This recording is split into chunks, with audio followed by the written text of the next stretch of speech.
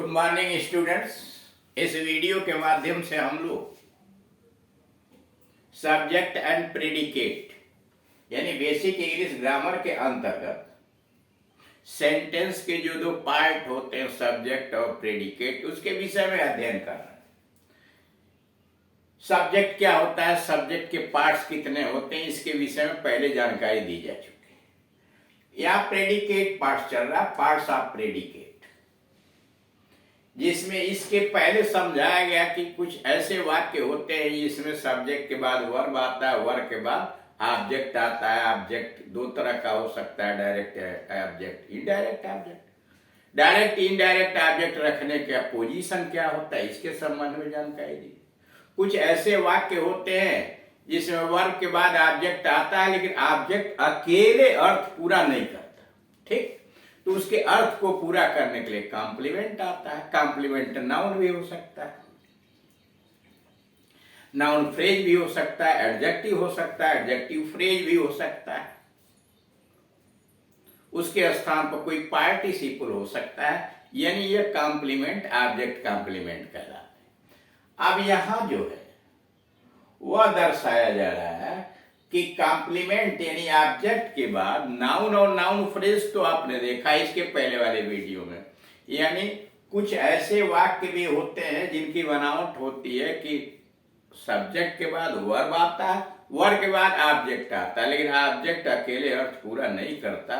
उनके अर्थ को पूरा करने के लिए जो कॉम्प्लीमेंट यानी पूरक रखा जाता है वह कहलाता है एडजेक्टिव या एडजेक्टिव कॉम्प्लीमेंट या पार्टिसिपल।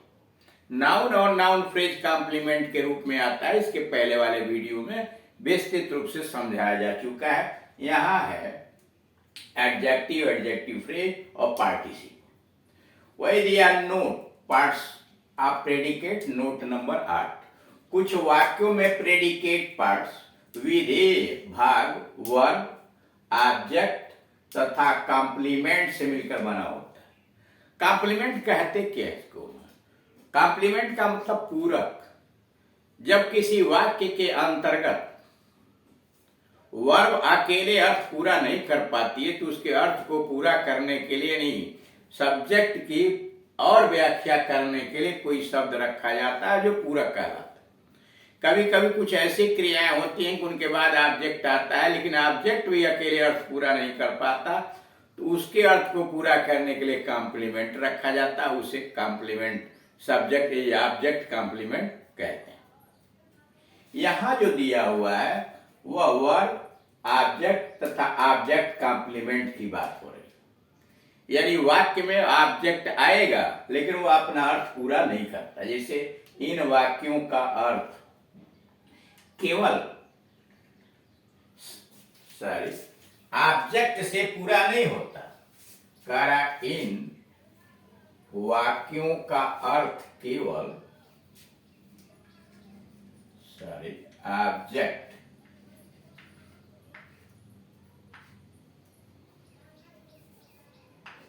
के द्वारा पूरा नहीं हो सकता। करा कि ये ऐसे वाक्य होते हैं कि जिसमें वाक्यों का अर्थ ऑब्जेक्ट के द्वारा पूरा नहीं होता,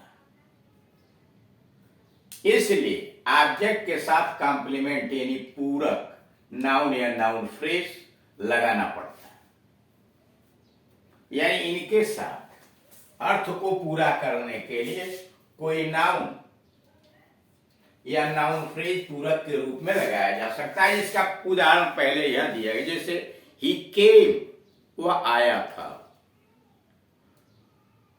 वह आया, ही मेड उसने बनाया, मी मुझको बनाया, ए प्लेयर क्या है? नाउन है। ही फाउंड हिम वह उसने उसे पाया, क्या पाया? A good student. A good student क्या है? नाउन फ्रेज है, यानी एक शब्द रहेगा तब तो आप नाउन कहेंगे और अगर एक से अधिक शब्द है तो नाउन फ्रेज कहलाएगा। जैसे he is a teacher, teacher यहाँ एक शब्द है तो नाउन है, लेकिन he is a good teacher, a good teacher noun phrase है। यहां पर कहा जा रहा कि यह कॉम्प्लीमेंट एडजेक्टिव, एडजेक्टिव फ्रेज या प्रेजेंट पार्टिसिपल या पास्ट पार्टिसिपल भी हो सकता है, यानी पूरक के स्थान पर नाउन आ सकता है। ठीक, नाउन फ्रेज आ सकता है, एडजेक्टिव हो सकता है, एडजेक्टिवल फ्रेज हो सकता है, और साथ ही साथ पार्टिसिपल यानी प्रेजेंट पार्टिसिपल और पास्ट पार्टिसिपल भी हो सकता है। उसी का चार्ट नीचे दिया गया, टेबल नंबर 10। ये सब्जेक्ट का कॉलम है, ये प्रेडिकेट का कॉलम है। प्रेडिकेट को बांट दिया गया वर्ब, इसके बाद ऑब्जेक्ट और कॉम्प्लीमेंट। कॉम्प्लीमेंट के रूप में कहीं एडजेक्टिव आया है, कहीं एडजेक्टिवल फ्रेज आया है, विशेषण वाक्यांश, और पार्टिसिपल आया है। पहले थोड़ा समझ लीजिए, कॉम्प्लीमेंट का मतलब पूरक, जो अर्थ पूरा करता है। एडजेक्टिव वह शब्द होता है जो किसी नाउन या प्रोनाउन की विशेषता बताता है। यह एक शब्द होता है, यानी एक शब्द जो किसी नाउन या प्रोनाउन की विशेषता बताता है वह एडजेक्टिव कहलाता है। और एक से अधिक शब्द मिलकर जब किसी नाउन या प्रोनाउन की विशेषता बताते हैं तो वह कहलाता है एडजेक्टिव फ्रेज।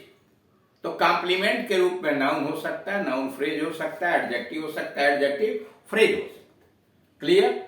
अब उसी का राग साहब नहीं, कॉम्प्लीमेंट के स्थान पर पार्टिसिपल भी हो सकता है, यानी प्रेजेंट पार्टिसिपल भी हो सकता है, पास्ट पार्टिसिपल भी हो सकता है।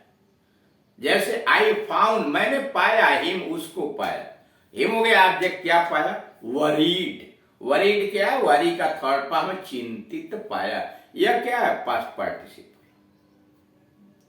अथवा आई फाउंड द पिक्चर, मैंने तस्वीर या पिक्चर को पाई, क्या? बोरिंग, उबाऊ पाया। बोरिंग क्या? प्रेजेंट पार्टिसिपल है। उसी का उदाहरण नीचे दिया गया है। ये सब्जेक्ट हो गया, वर्ब हो गया, ऑब्जेक्ट हो गया, complement, adjective, adjectival phrase, participle.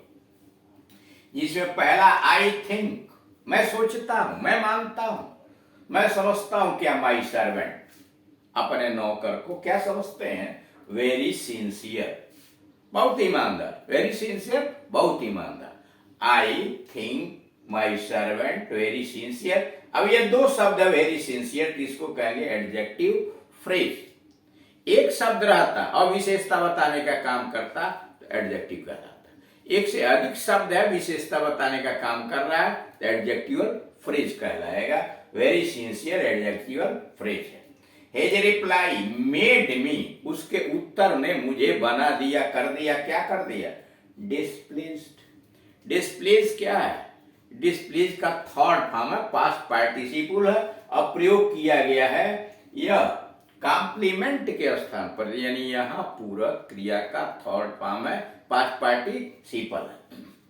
They found the film boring, उन्होंने फिल्म को उबाऊ पाया। बोरिंग क्या है? प्रेजेंट पार्टिसिपल है, यानी किसी भी क्रिया के फर्स्ट फॉर्म में आईएनजी जोड़ दीजिए तो उस रूप को कहते हैं present participle.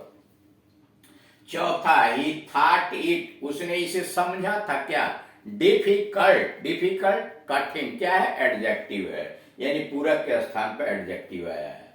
The teacher thinks Mohan, अध्यापक मोहन को समझते हैं। क्या समझते हैं? Very wise, adjective phrase. दो शब्द है, वेरी वाइज, इसको कहेंगे adjective phrase. She keeps her clothes, वो अपने कपड़ों को रखती है क्लीन, स्वच्छ रखती है।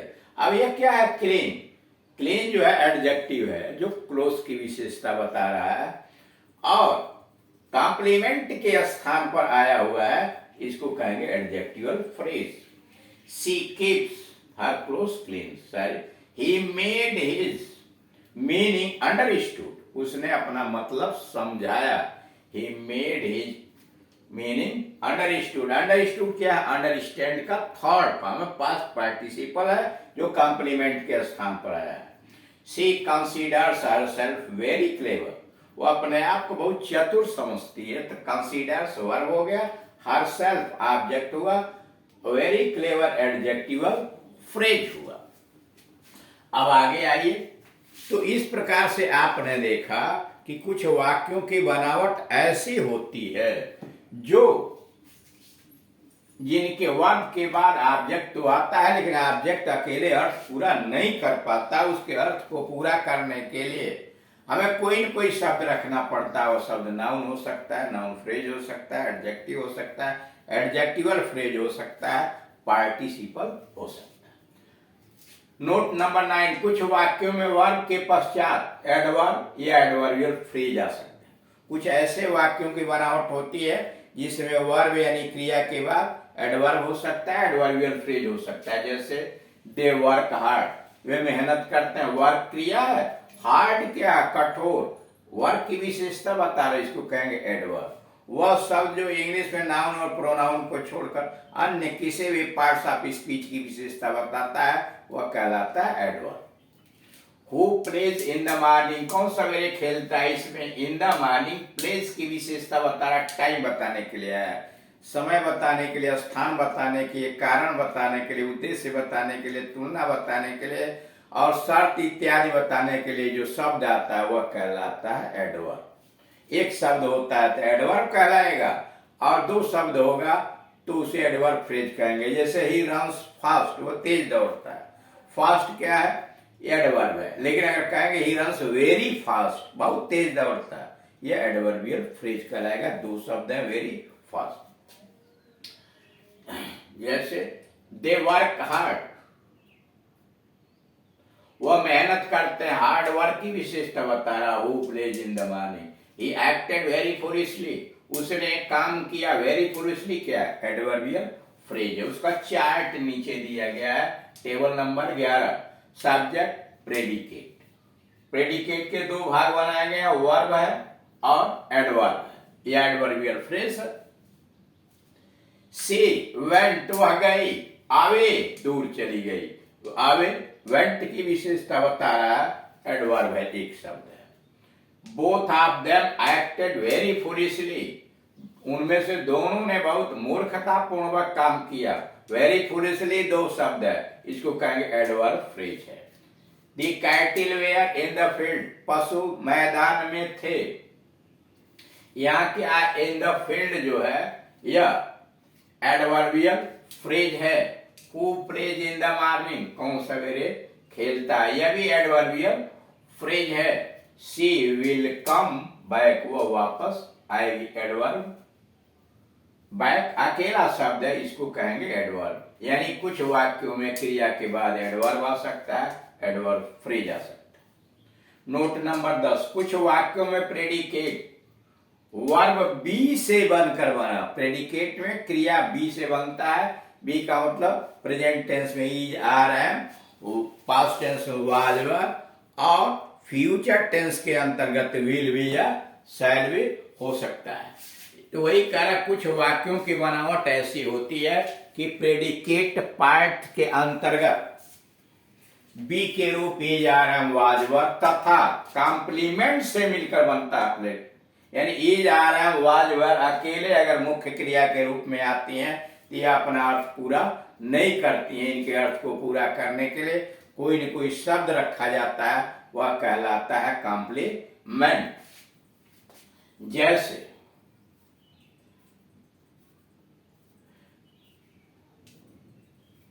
कॉम्प्लीमेंट नाउन या नाउन फ्रेज हो सकता है। जैसे डॉग्स आर एनिमल्स, कुत्ते जानवर होते हैं। आर अकेले अर्थ पूरा नहीं करता, इसको कहते हैं कि उसके बाद जो शब्द आएगा वह पूरक कहलाएगा, कॉम्प्लीमेंट कहलाएगा। Your brother is a man of good nature, तुम्हारा भाई अच्छे स्वभाव का आदमी है। A man of good nature कई शब्दों से मिलकर बना है, नाउन के स्थान पर आया है, इसको कहेंगे नाउन फ्रेज है। यानी कॉम्प्लीमेंट के स्थान पर नाउन आ सकता है, नाउन फ्रेज आ सकता है। टेबल नंबर 12 उसी के लिए दिया गया है।